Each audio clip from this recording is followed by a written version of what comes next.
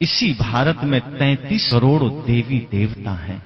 इसी भारत के हर चौक चौराहे पर कहीं हनुमान जी गदा लेकर खड़े हैं, किसी चौक चौराहे पर शिव जी त्रिशूल लेकर खड़े हैं। इसी भारत के कोने कोने में कहीं राम जी धनुष बाण लेकर खड़े हैं, कहीं विष्णु जी सुदर्शन चक्र लेकर खड़े हैं, कहीं मां दुर्गा आठों भुजाओं में हथियार लेकर खड़े हैं।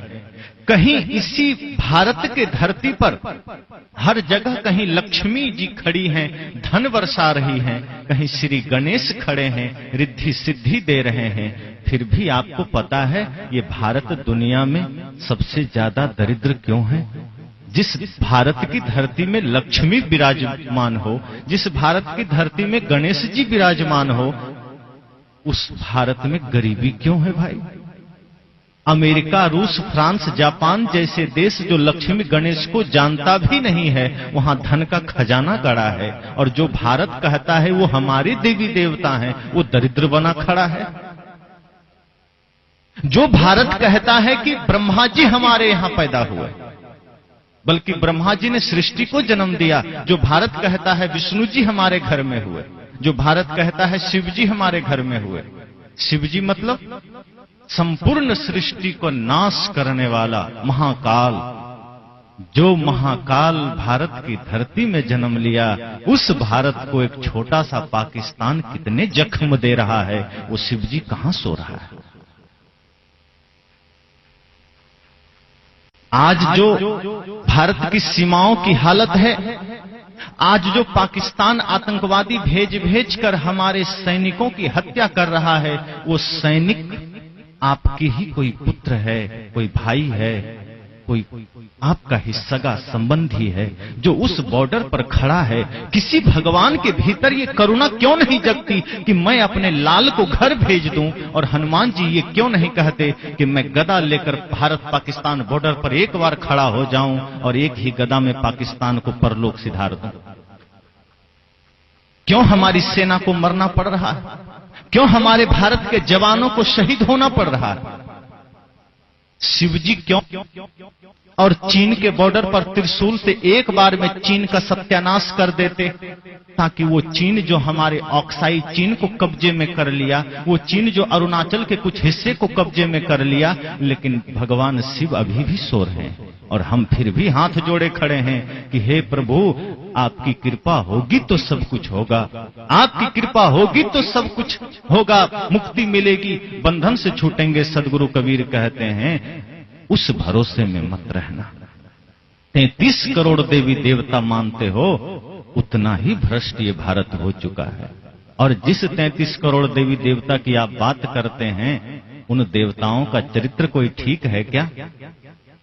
कोई इंद्र के बारे में तो जानते हैं ना, कोई तपस्या कर रहा होता है तो इंद्र को ईर्ष्या हो जाती है, वो जाकर उसका तपस्या भंग कर देता है। कोई सुंदर स्त्री दिख गई, इंद्र जाकर के उसके साथ छल कर लेता है। ये हमारे देवताओं की कथा है। जिसे आप धर्मराज युधिष्ठिर कहते हैं, वो पत्नी को दांव पर लगा देते हैं, जैसे पत्नी न होकर के वो कोई हीरे जवाहरात हो गई। ये धर्मराज युधिष्ठिर की कथा है। और फिर भी हम कहते हैं भगवान आएंगे हमारा कल्याण करेंगे। अगर यही ख्याल भगत सिंह ने किया होता कि राम जी आकर के देश का कल्याण करेंगे, तो भगत सिंह को फांसी पर न चढ़ना पड़ता। लेकिन भगत सिंह ने सोचा नहीं, कोई राम नहीं आएगा, अब मुझे ही राम बनना होगा। अगर यही ख्याल चंद्रशेखर आजाद ने किया होता, यही ख्याल वो 7 लाख वीरों ने किया होता जिसने भारत को आजादी दिलाने के लिए अपनी कुर्बानी दे दी, तो आज भी भारत गुलाम होता और हम इस तरह से बोल न रहे होते, इस तरह से जी न रहे होते। लेकिन हमारे शहीदों ने समझा कि अब कोई राम नहीं आने वाले, चलो राम के पद चिन्हों पर, अब राम हमें बनना होगा। चलो राम के पद चिन्हों पर अब इतिहास बदलना होगा। अब तो राम स्वयं बनो, अब तो लक्ष्मण स्वयं बनो, अब तो वो शक्ति स्वयं में जगाओ जो सदगुरु कबीर कहते हैं कि तेरा साईं तुझ में जाग सके तो जाग, किसकी आशा करते? और बाहर की आशा कब तक काम करेगी? दूसरे की आशा पर कब तक चलोगे? इतने देवी देवता के होते हुए ये भारत आज जिस स्थिति में गुजर रहा है, आदमी को समझना चाहिए। और भगवान ठीक है, हम कबीरपंथी हैं, हम उन्हें नहीं मानते, वो हमारी रक्षा ना करें, पर केदारनाथ में तो उन्हीं के भक्त गए थे और सब काल कलवित हो गए, अपने भक्त को भी नहीं बचा पाए। हनुमानगढ़ी में पूजा करते सब खड़े थे, बम धमाका हुआ, हनुमान जी के ही भक्त स्वाहा हो गए। अरे हम उनका विरोध करते हैं, हम उनको नहीं मानते हैं, कबीरपंथी को कुछ हो जाए तो बात समझ में आती है, उनके ही भक्त प्राण गंवा रहे हैं। एक तरफ से आप देखिए, जिस जम्मू कश्मीर की हालत इतनी खराब है, वहीं अमरनाथ है, वहीं उधर ही वैष्णव देवी है, शिव जी का बहुत बड़ा तीर्थ अमरनाथ उसी जम्मू कश्मीर में है। लेकिन वो जम्मू कश्मीर आज सबसे ज्यादा असुरक्षित है। जिस देश में इतने सारे भगवान हों, जिस देश के एक एक घर में इतने सारे भगवान हों, वो देश इतना कंगाल कैसे हो सकता है? हमें सोचना होगा। जिन महापुरुषों ने हमें जगाने का प्रयास किया, जिन संतों ने हमें जगाने का प्रयास किया, हमने उन्हें ध्यान ही नहीं दिया। कभी इसी धरती पर महात्मा बुद्ध आकर के हमें झकझोरते हैं कि बाहर किधर दृष्टि डाल रहे हो, अपदीप, अपने भीतर की शक्ति को जगाओ, अपने भीतर के प्रकाश को जगाओ। अत्ता ही अत्तनो नाथो को नाथो परोसिया।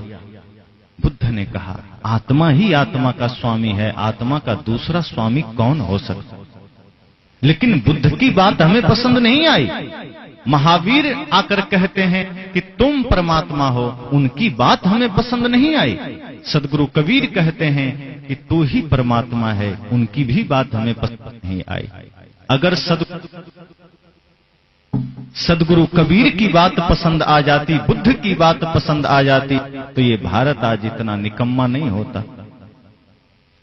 भारत जो कंगाल है, आज भारत जो गरीब, इसका कारण यही भगवानवाद है, जो आदमी को निकम्मा बना दिया।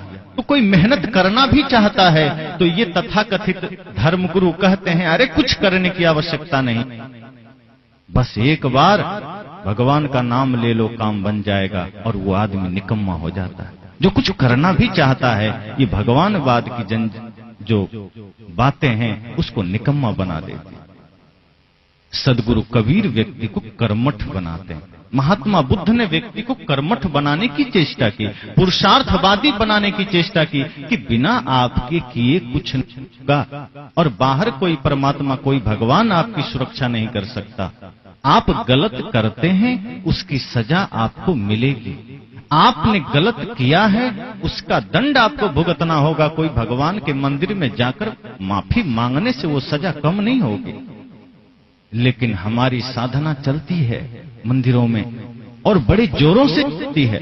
आज देखिए बड़े बड़े मंदिर में पुजारियों की कोई कमी नहीं है, लेकिन जितने बड़े पुजारी उतने बड़े ठग, और जो जितना बड़ा ठग होगा वो उतने जोर से घंटी बजाता है ताकि बगल से गुजरते हुए आदमी को लगे कि ये बड़ा पुजारी है। जो पुजारी होगा वो दूसरों को दिखाने के लिए घंटी थोड़े बजाएगा। जब कोई नहीं होता है तो वही आदमी धीरे धीरे ओम नमः शिवाय बोलता है।